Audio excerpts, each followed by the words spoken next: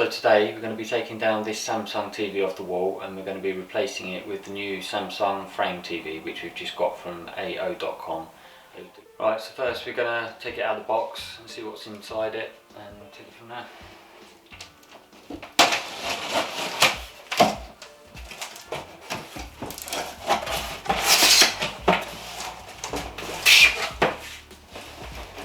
Well, the first thing to come out is the one connector box, which I'm guessing is where all the connections go into the back of the box. This doesn't go behind the TV, this goes underneath in your, like, your TV console unit.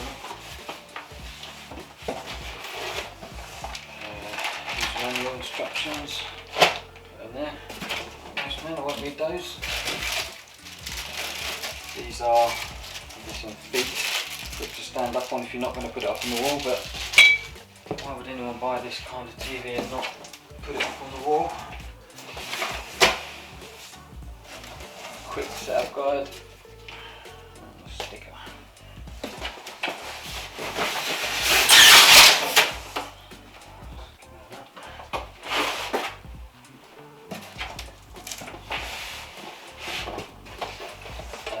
No gap wall mount comes with it, which is really good because you won't have to buy one as separate.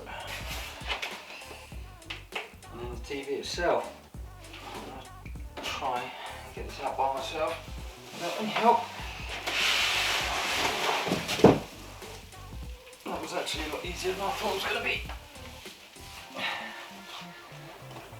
As you can see, it's a bit smaller. The one we bought was a 43 inch because the next one up, the 55, wouldn't fit between the two windows. So we've had to go slightly smaller.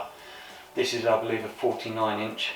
So we're just going to have to replace it with a 43 inch and hopefully it'll look alright, and hopefully the biggest thing is it'll cover up the holes from the brackets that are behind this TV when we install this one. Okay, so the first thing we need to do is take this one off the wall, obviously. To get it off the wall, we just need to go behind and unplug all of the HDMI leads which go down here and into this TV unit underneath here. There's also a cable for the soundbar, the Samsung soundbar. So that's all the HDMI leads. I think there's a power lead on this side as well. It needs to come on.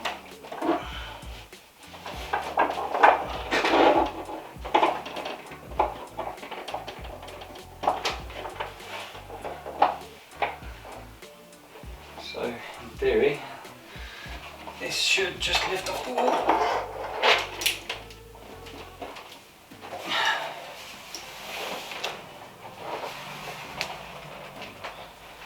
Okay, so now that's off the wall, the next thing is take the bracket off, and hopefully, what I'm hoping is some of these holes that are holding on this bracket will line up with the new bracket on the new no gap wall mount. I doubt that will be the case, but we can always hope.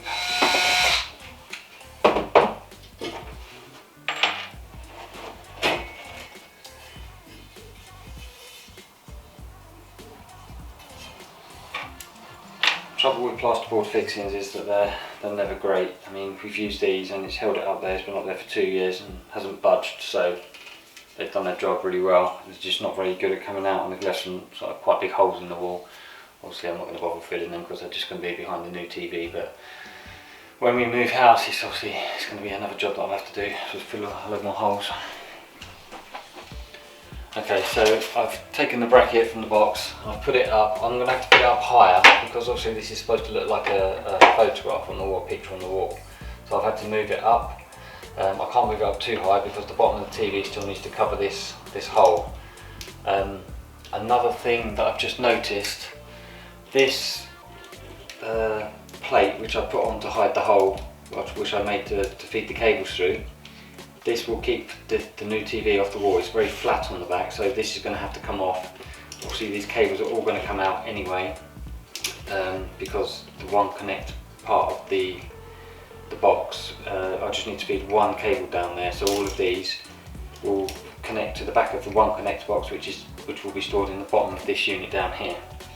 So all I've had to do is basically measure out the centre of the wall which will be the centre of this. I've marked all of the holes. Because this is a plasterboard wall, I'm going to put fixings in every single one of them, just for safety and peace of mind really. So that bracket will go there. This part of the bracket fits to the back of the TV, and then it should just be a simple case of just hook it on and drop in. We'll see. I'm going to do the holes for the fixings now. I'll come back to you in a sec. Right, so the one cable that I do need to have is this. This is the cable which connects to the back of the TV. It'll go through here at the bottom, which will then connect into the one connect box, which I'll then connect all of my HDMI cables, my soundbar cable, power cable, will all get plugged into that. So a good tip, when you've got wires in a channel and you need to feed another one in, the easiest way to do it is to get some masking tape, connect the wire that's got to come out, connect it to this one, and then as you pull it through, it will pull this one in automatically by itself without you having to refeed this one in by itself. So a very good tip that. Okay, so I've taken all of the other cables out already. As I said before, good tip to feed cables through. So I need to feed this one through my trunking to come out the bottom. The easiest way, I've already got a cable in there, so the easiest way to do it is just to tape, masking tape, loads around this cable, connect it to this cable, and then I use one to pull the other one through. It's never that easy to pull cables through from one to another. They always get snagged on something. It's quite a difficult thing to do, but this makes it a lot easier, especially if you can tape it, if you tape it well enough. There's nothing else in there obstructing it, so fingers crossed. I should just be able to feed that down there.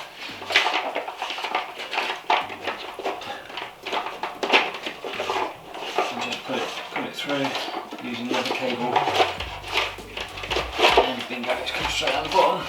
Perfect. That's made life a lot easier. So now this just connects into the back of the TV, and it's in like a recess, so that will go flat on the back of the telly and sit there like that, and just pull any excess cable through there. That should work pretty well. Right, let's get this bracket fixed on. What I'm using is Fisher Duo Power Raw plugs. They're really good for fixing into plasterboard. So there's 2, 4, 6, 8, 9, there's 10 fixings up there. I've drilled the 6mm holes already, so just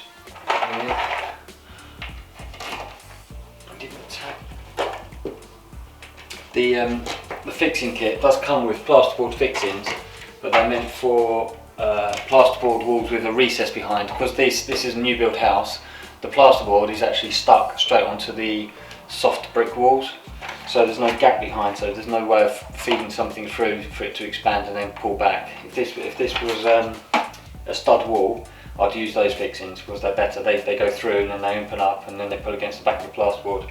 But because there's actually a wall directly behind here, we haven't got that luxury.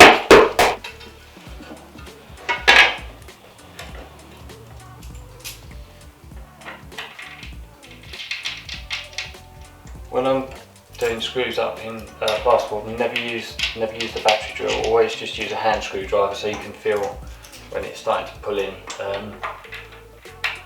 If you're using a battery drill, you don't have so much control, and sometimes you end up just pulling the screws or over tightening them and ruining the fixing. So I always do it with a hand screwdriver. It's very tempting at this stage to get the battery drill on it, but just resist the temptation because you'll regret it.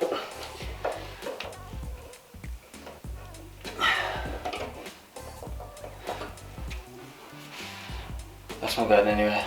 Okay, so the next stage is to attach the bracket onto the back of the TV, which looks fairly straightforward. It's just 4 screws, I think. Right, so I'm pretty sure the next step is just to pull this bracket out and attach that into there, into the back of the TV, and then hang it on the wall. I think that's it, done.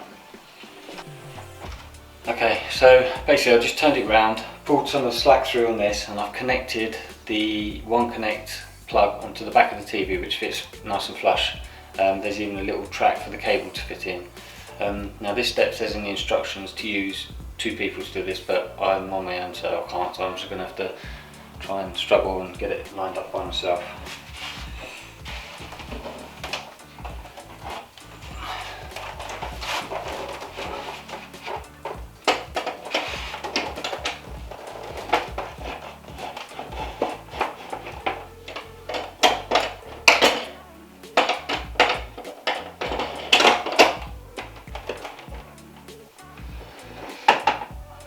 Go. That was fairly easy. I've just got to pull this slack through on this cable.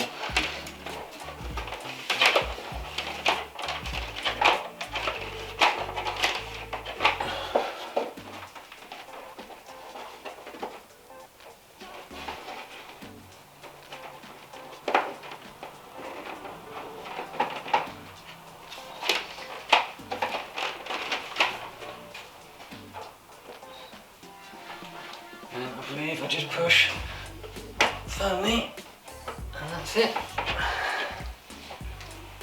Right, so the final step, so we can finish off, is connecting the One Connect box. So this is the cable that comes out from the back of the TV out into here.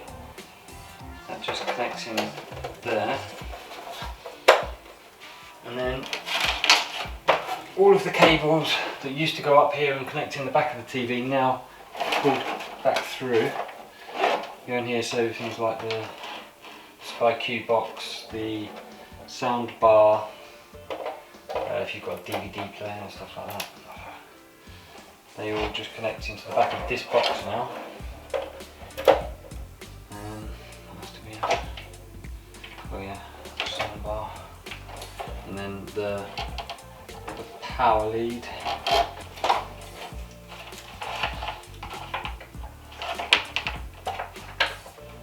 Got some USB ports on this side as well. Comes with 2 remotes, 2 sets of batteries. Moment of truth.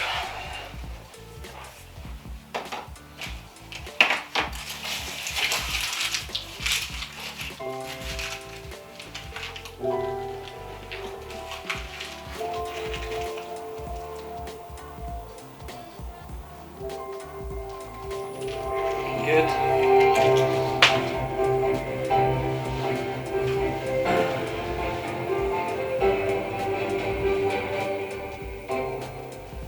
So that's it. We've installed the box underneath now, run all the cables, plugged everything in, turned it on, set it up, and as you can see it looks pretty good. It was a lot easier than I thought it was going to be to fit, and it probably took tops an hour, including all the drilling and everything. So yeah, don't let that put you off. If you're thinking about getting one of these, I strongly recommend it. They're very good. Works really well.